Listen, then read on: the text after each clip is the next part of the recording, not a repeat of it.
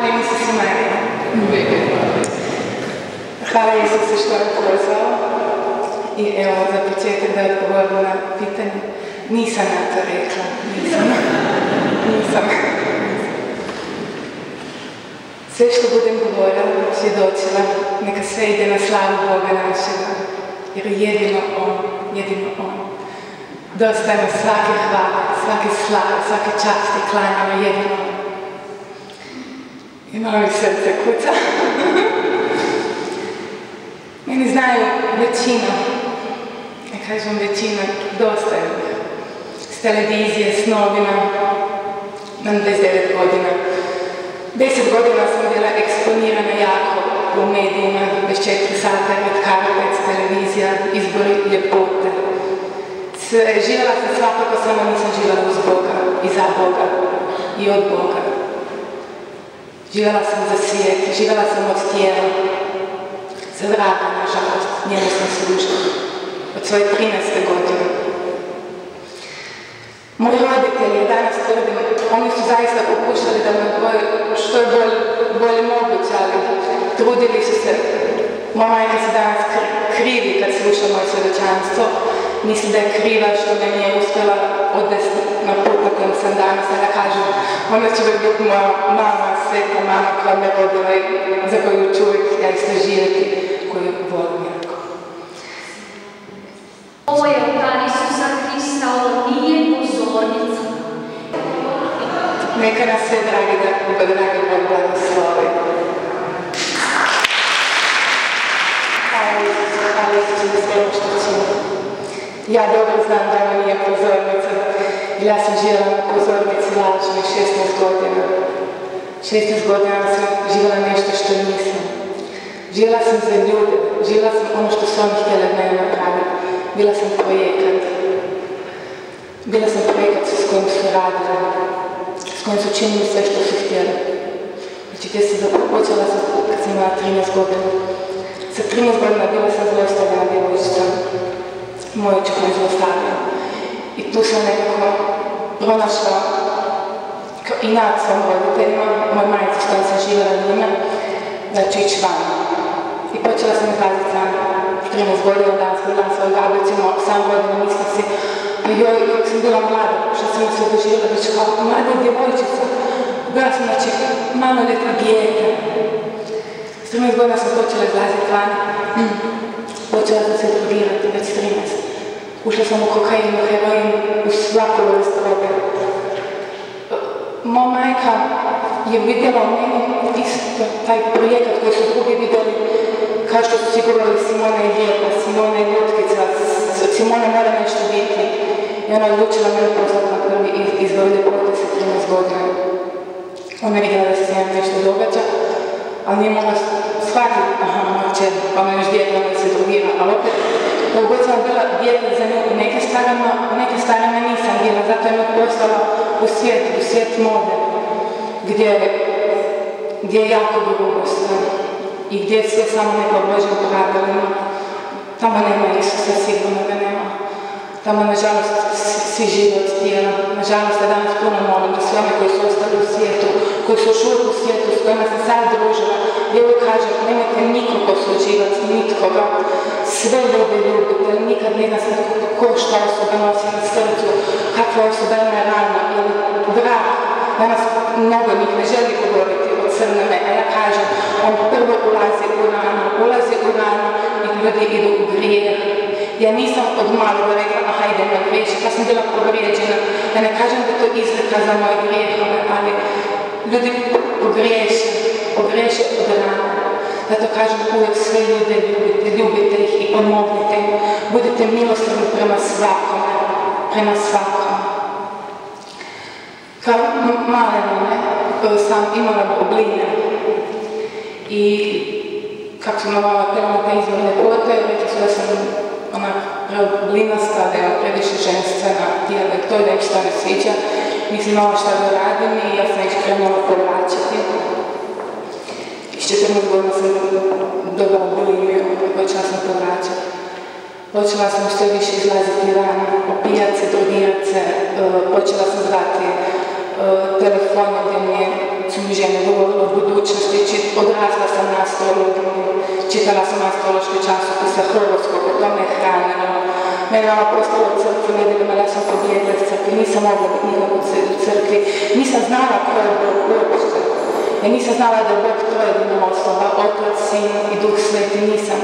Ja kad sam došla prije 20 mjeseci, sad je točno, u kuću susreda Tabor kod Patera Zvijezdana Linića, koji je bio moj duhovnik, nisam znala moliti, nisam znala Oče naš, Ave Marija, vjerovanje. Čitala sam ljudima iz usta, kako oni mole, tako sam ja čitala i kako sam ja molila sa njima zajedno. Znači nisam imala temelje nikakve za vjeru, za kršćanstvo, nikakve.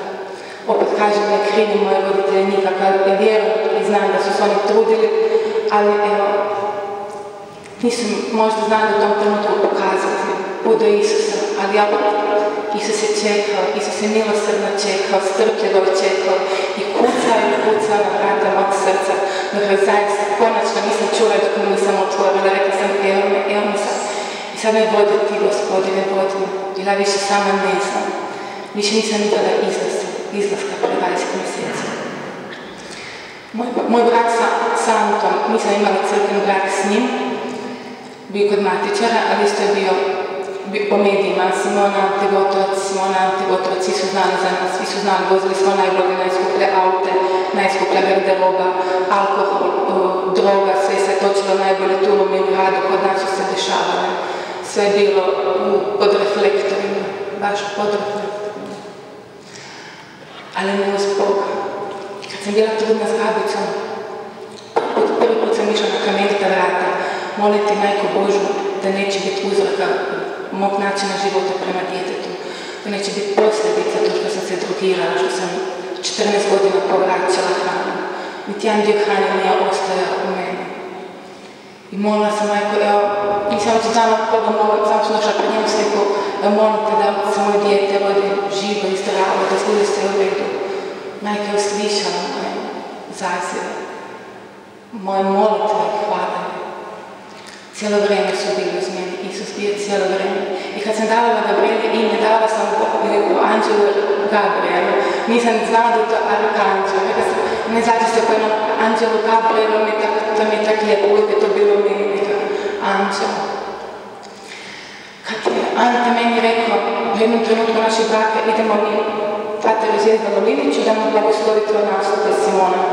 Ja sam rekla može, ja kad sam došla tamo u kuću susreta Tabor prije 4 godine to bilo, nisam mogla ući u to, ušla sam unutra i uskakutala sam tamo, ponašala sam se ne ljudski, čudno, još Ante rekao, kako sam to ponašala, to nije Simona, šta je to, bilo nešto čudno. I bilo je sve gore, bilo je smjeno, svi su sudili Ante ovakav, Ante onakav, Ante loš, Ante tuče Simonu, Ante iskorištava Simonu. Ma Ante, obadva smo bili izgubljeni, obadva smo bili isti. Nije on bio ništa gore od mene, isti smo bili, isti. I ja zaista mogu biti danas zahvalna Bogu, mene je pravo Ante me predao u kuću susreta kod Patera Zvijezdana. I svaki dan zahvaljujem Ante u svemu što je činio u mom životu.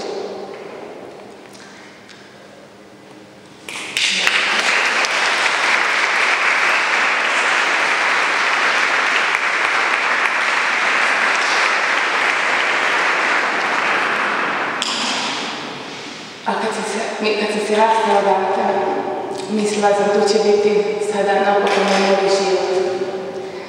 Prekinut ću tu Sodomu i Gomoru koju živim, da raskalašim život u drogi, život u nemoralu, život od svjetlima pozornice koja je tako nemoralan bio, tako nečisti, tako grub.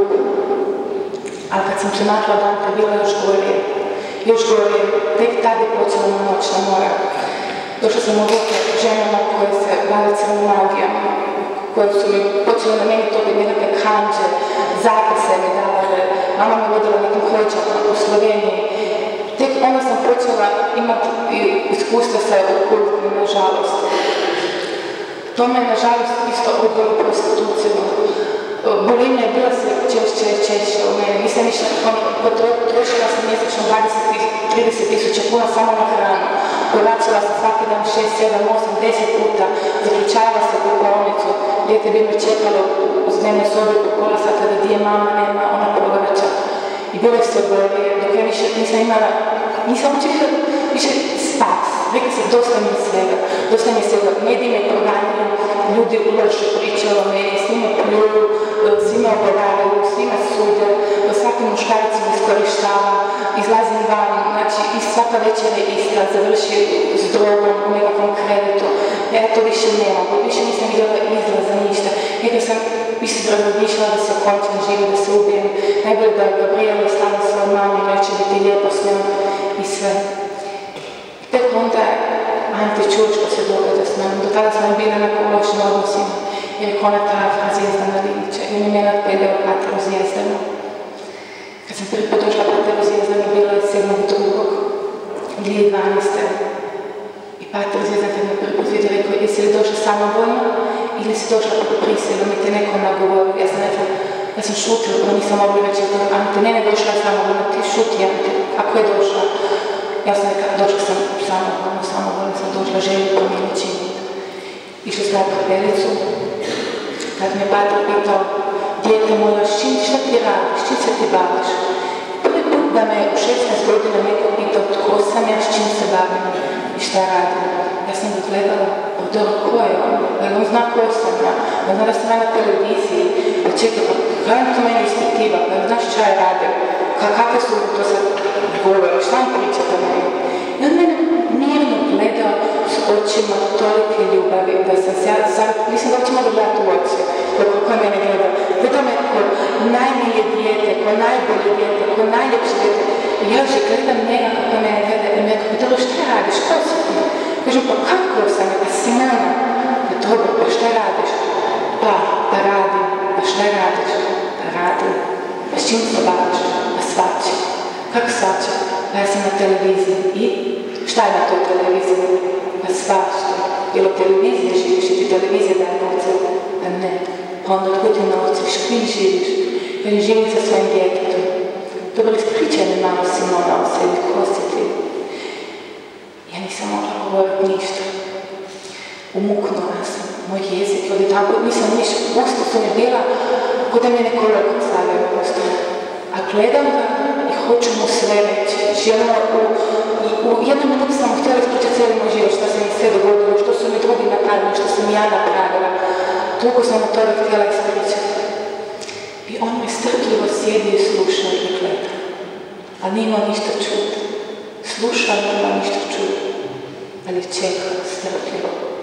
I kad sam gledala kako on bio strpljiv, a kamoli koliko tek moj Bog bio strpljiv, koliko me on čekao i znala što će se, poznala već od utrobe majke što će se proživjeti, ali znala da će na dan stajati pred ljudima i govoriti o njegove ljubavi.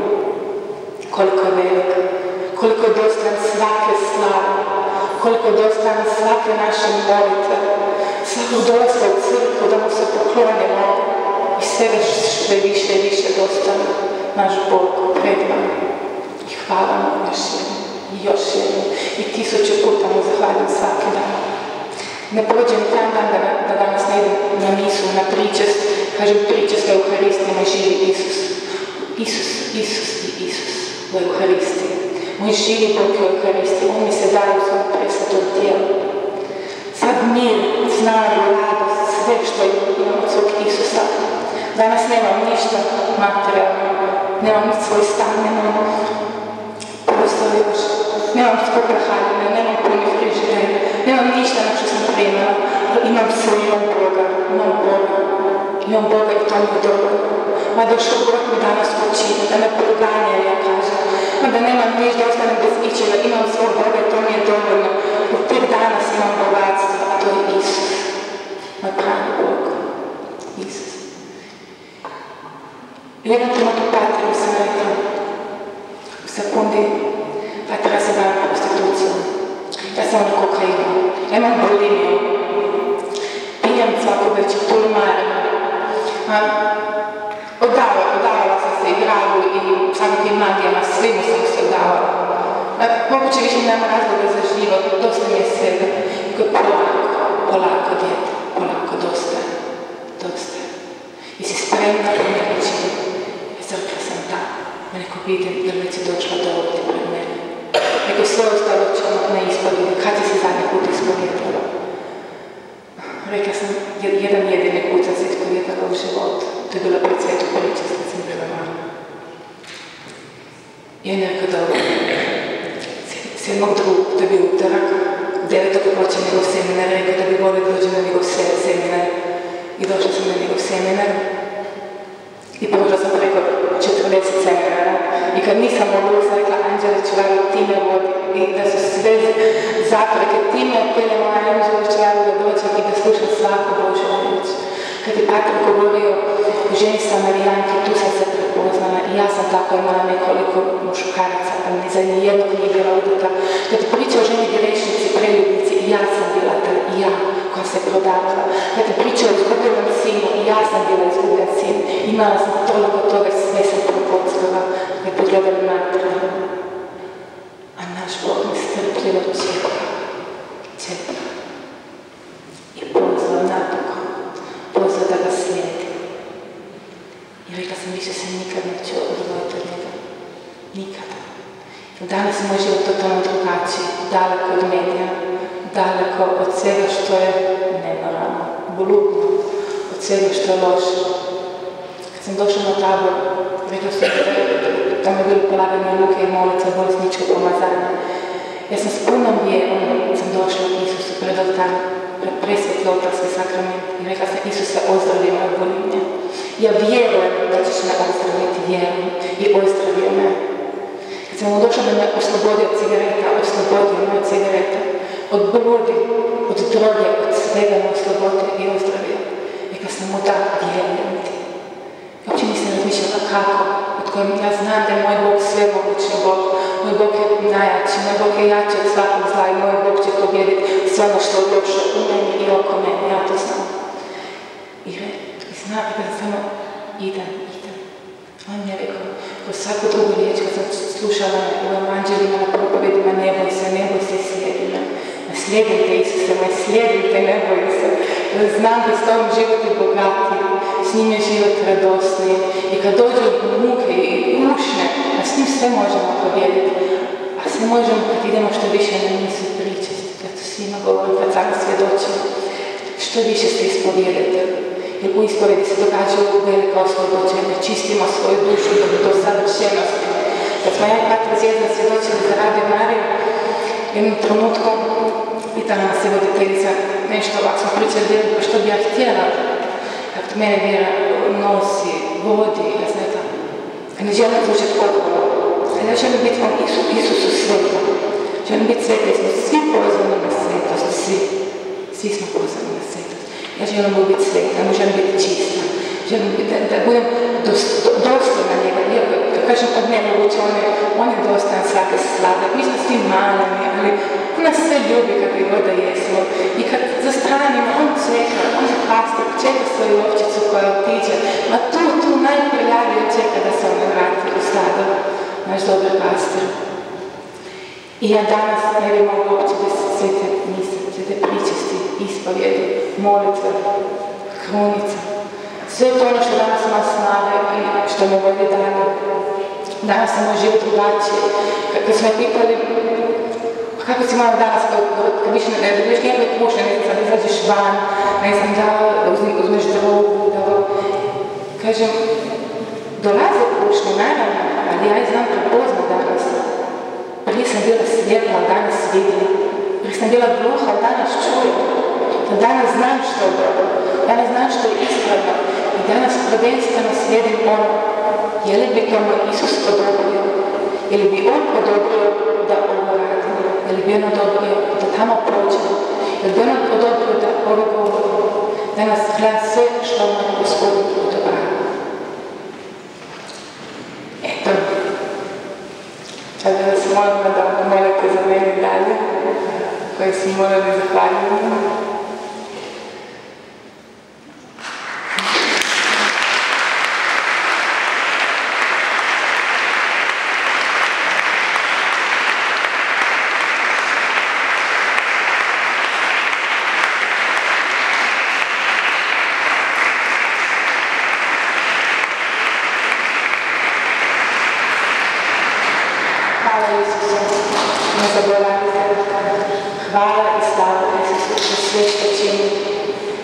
čini nam sve novo, samo mu se predamo, svim srcem, svojom dušom i svim tijelom, da nas vam vodi. Neka vas sve, dragi Isus, će